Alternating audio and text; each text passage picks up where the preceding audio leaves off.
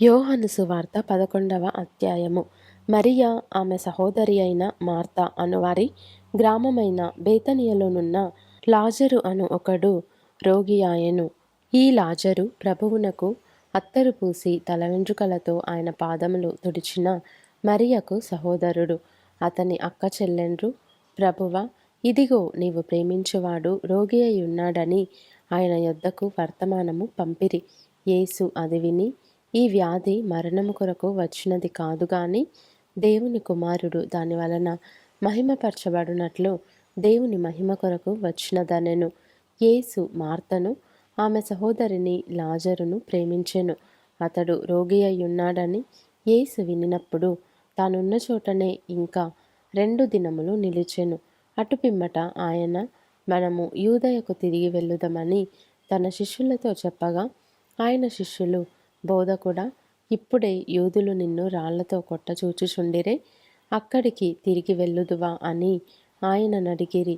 అందుకు యేసు, పగలు 12 గంటలున్నవి గదా, ఒకడు పగటివేళ నడిచిన ఎడల ఈ లోకపు వెలుగును చూచును గనుక తొట్రుపడడు. అయితే రాత్రివేళ ఒకడు నడిచిన ఎడల వాని యందు వెలుగు లేదు గనుక వాడు తొట్రుపడునని చెప్పెను. ఆయన ఈ మాటలు చెప్పిన తరువాత, మన స్నేహితుడైన లాజరు నిద్రించుచున్నాడు, అతని మేలుకొలుప వెళ్ళుచున్నానని వారితో చెప్పగా, శిష్యులు, ప్రభువా, అతడు నిద్రించిన ఎడల బాగుపడుననిరి. యేసు అతని మరణమును గూర్చి ఆ మాట చెప్పెను గాని వారు ఆయన నిద్ర విశ్రాంతిని గూర్చి చెప్పెననుకొనిరి. కావున యేసు, లాజరు చనిపోయెను, మీరు నమ్మునట్లు నేనక్కడ ఉండలేదని మీ నిమిత్తము సంతోషించుచున్నాను. అయినను అతని యొద్దకు మనము వెళ్ళుదము రండని స్పష్టముగా వారితో చెప్పెను. అందుకు దిదుమ అనబడిన తోమ ఆయనతో కూడా చనిపోవుటకు మనమును వెళ్ళుదమని తన తోడి శిష్యులతో చెప్పెను. యేసు వచ్చి అదివరకే అతడు 4 దినములు సమాధిలో ఉండెనని తెలుసుకొనెను. బేతనియ యెరూషలేమునకు సమీపమై ఉండెను. దానికి ఇంచుమించు కోసెడు దూరము గనుక యూదులలో అనేకులు వారి సహోదరుని గూర్చి మార్తను మరియను ఓదార్చుటకై వారి యొద్దకు వచ్చియుండిరి. మార్త యేసు వచ్చుచున్నాడని విని ఆయనను ఎదుర్కొన వెళ్ళెను గాని మరియ ఇంటిలో కూర్చుండి ఉండెను. మార్త యేసుతో, ప్రభువా, నీవిక్కడ ఉండిన ఎడల నా సహోదరుడు చావకుండును. ఇప్పుడైనను నీవు దేవుని ఏమడిగినను దేవుడు నీకు అనుగ్రహించునని ఎరుగుదుననెను. యేసు, నీ సహోదరుడు మరలా లేచునని ఆమెతో చెప్పగా, మార్త ఆయనతో, అంత్యదినమున పునరుత్థానమందు లేచునని ఎరుగుదుననెను. అందుకు యేసు, పునరుత్థానమును జీవమును నేనే. నా యందు విశ్వాసముంచువాడు చనిపోయినను బ్రతుకును. బ్రతికి నా యందు విశ్వాసముంచు ప్రతివాడును ఎన్నటికిని చనిపోడు. ఈ మాట నమ్ముచున్నావా అని ఆమెను అడిగెను. ఆమె, అవును ప్రభువా, నీవు లోకమునకు రావలసిన దేవుని కుమారుడవైన క్రీస్తువని నమ్ముచున్నానని ఆయనతో చెప్పెను. ఆమె ఈ మాట చెప్పి వెళ్ళి, బోధకుడు వచ్చి నిన్ను పిలుచుచున్నాడని తన సహోదరి అయిన మరియను రహస్యముగా పిలిచెను. ఆమె విని త్వరగా లేచి ఆయన యొద్దకు వచ్చెను.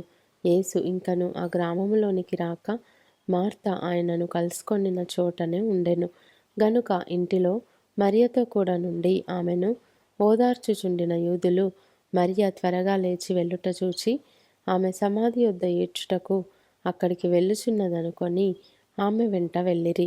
అంతటా మరియ యేసు ఉన్న చోటికి వచ్చి ఆయనను చూచి ఆయన పాదముల మీద పడి, ప్రభువా, నీవిక్కడ ఉండిన ఎడల నా సహోదరుడు చావకుండుననెను. ఆమె ఏడ్చుటయు ఆమెతో కూడా వచ్చిన యూదులు ఏడ్చుటయు యేసు చూచి కలవరపడి ఆత్మలో మూలుగుచు అతనినెక్కడ నుంచి తిరని అడుగగా, వారు, ప్రభువా, వచ్చి చూడుమని ఆయనతో చెప్పిరి. యేసు కన్నీళ్లు విడిచెను. కాబట్టి యూదులు అతనిని ఏలాగు ప్రేమించెనో చూడుడని చెప్పుకొనిరి. వారిలో కొందరు, ఆ గ్రుడ్డివాని కన్నులు తెరిచిన ఈయన ఇతనిని చావకుండా చేయలేడా అని చెప్పిరి. యేసు మరలా తనలో మూల్గుచు సమాధి యొద్దకు వచ్చెను. అది ఒక గుహ, దానిమీద ఒక రాయి పెట్టియుండెను. యేసు రాయి తీసివేయుడని చెప్పగా, చనిపోయిన వాని సహోదరి అయిన మార్త, ప్రభువా, అతడు చనిపోయి 4 దినములైనది గనుక ఇప్పటికీ వాసన కొట్టునని ఆయనతో చెప్పెను. అందుకు యేసు, నీవు నమ్మిన ఎడల దేవుని మహిమ చూతువని నేను నీతో చెప్పలేదా అని ఆమెతో అనెను. అంతట వారు ఆ రాయి తీసివేసిరి. యేసు కన్నులు పైకెత్తి, తండ్రి, నీవు నా మనవి వినినందున నీకు కృతజ్ఞతాస్థుతులు చెల్లించుచున్నాను. నీవు ఎల్లప్పుడూ నా మనవి వినుచున్నవని నేనెరుగుదును గాని నీవు నన్ను పంపితివని చుట్టూ నిలిచియున్న ఈ జనసమూహము నమ్మునట్లు వారి నిమిత్తమై ఈ మాట చెప్పి నేను. ఆయన అలాగు చెప్పి, లాజరు బయటికి రమ్మని బిగ్గరగా చెప్పగా, చనిపోయినవాడు కాళ్ళు చేతులు ప్రేత వస్త్రములతో కట్టబడిన వాడై వెలుపలికి వచ్చెను. అతని ముఖమునకు రుమాలు కట్టియుండెను. అంతట యేసు, మీరు అతనికి అట్లు విప్పి పోనీయుడని వారితో చెప్పెను. కాబట్టి మరియ యొద్దకు వచ్చి ఆయన చేసిన కార్యమును చూచిన యూదులలో అనేకులు ఆయన యందు విశ్వాసముంచిరి. కానీ వారిలో కొందరు పరిసయ్యుల యొద్దకు వెళ్ళి యేసు చేసిన కార్యములను గూర్చి వారితో చెప్పిరి.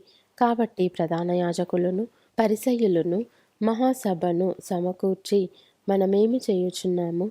ఈ మనుష్యుడు అనేకమైన సూచక క్రియలు చేయుచున్నాడే. మనమాయనను ఇలాగు చూచుచు ఊరకుండిన ఎడల అందరూ ఆయన యందు విశ్వాసముంచెదరు. అప్పుడు రోమీయులు వచ్చి మన స్థలమును మన జనమును ఆక్రమించుకొందురని చెప్పిరి.